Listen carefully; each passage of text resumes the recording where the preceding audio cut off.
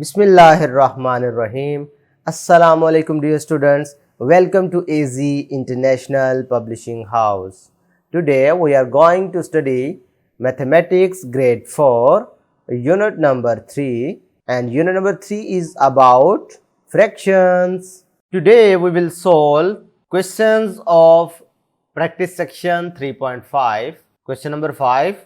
If 5 into 1 by 2 meter of cloth is required for a shirt, भाई कोई shirt है उसे अगर सिलाई करने के लिए हमें 5 into 1 by 2 मीटर क्लॉथ चाहिए, कपड़ा चाहिए। How much cloth will be required for making 12 such shirts.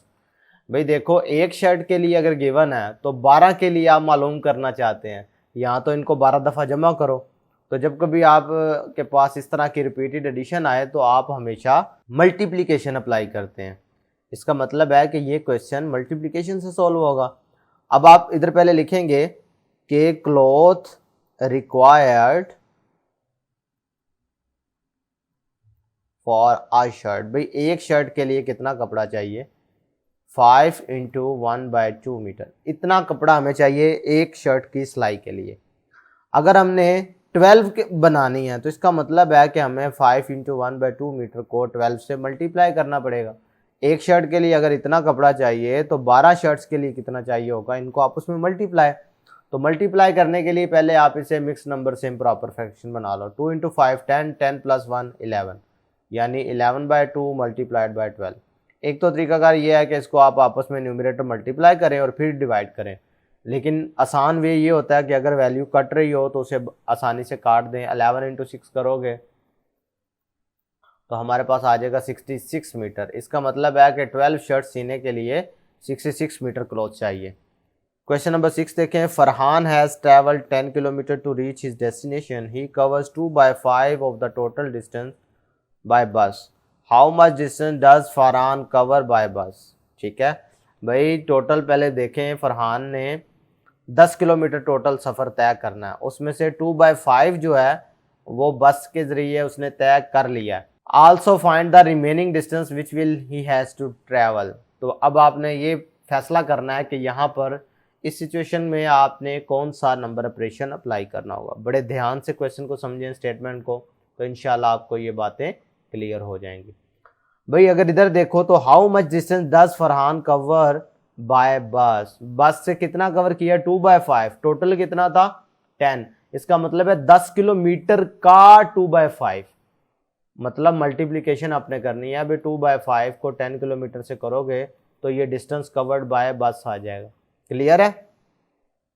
यानी कि अभी ये इससे कट जाएगा ना। 5 into 2 करोगे 10 हो जाएगा, 2 into 2 करोगे 4 हो जाएगा।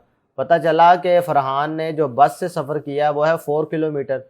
तो दूसरी बात आपसे पूछी गई है, also find his remaining distance. भाई बकाया जो डिस्टेंस बच गया है वो भी तो आपने बताना है। तो रिमेनिंग डिस्टेंस फाइंड करने के लिए क्या करोगे?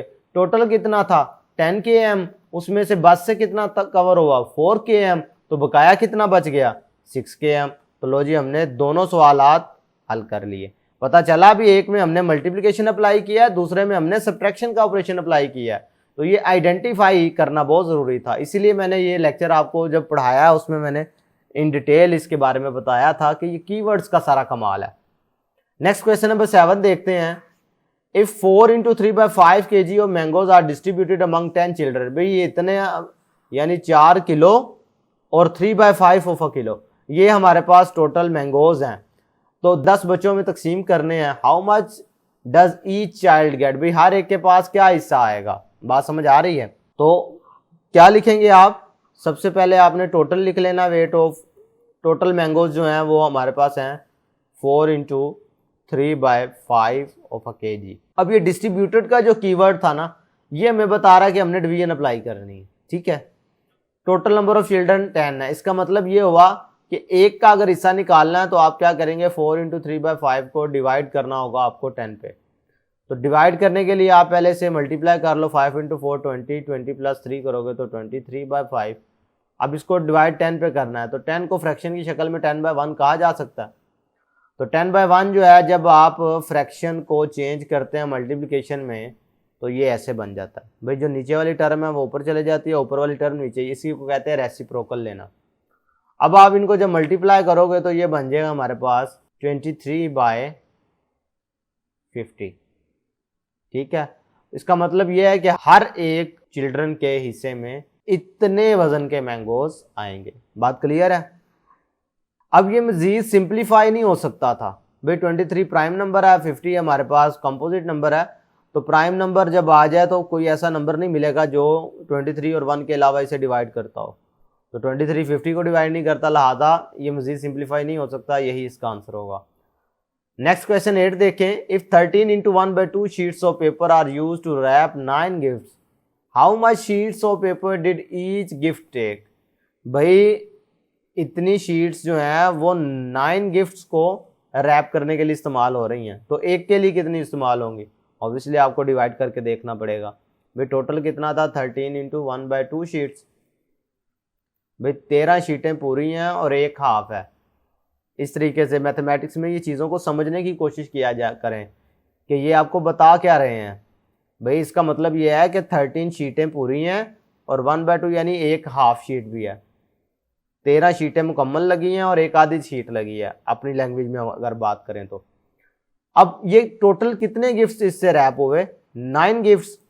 तो एक के लिए आपने वैल्यू फाइंड करनी है, तो क्या करोगे? 13 into 1/2 को डिवाइड कर दोगे 9 पे। तरीकाकार ये होगा कि आप इसे पहले मल्टीप्लाई करके इसमें ऐड करोगे।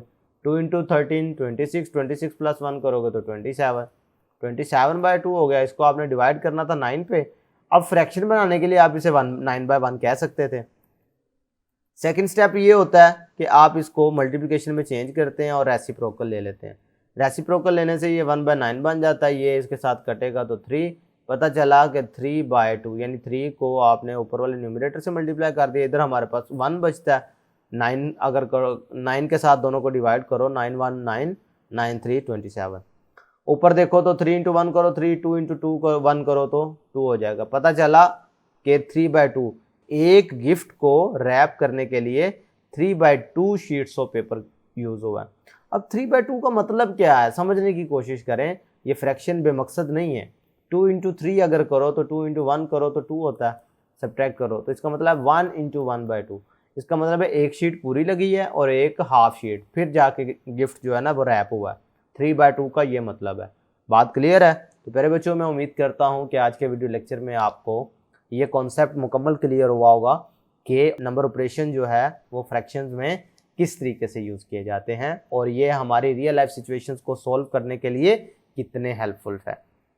आज के लिए इतना ही, फिर मुलाकात होगी। अल्लाह हाफिज़।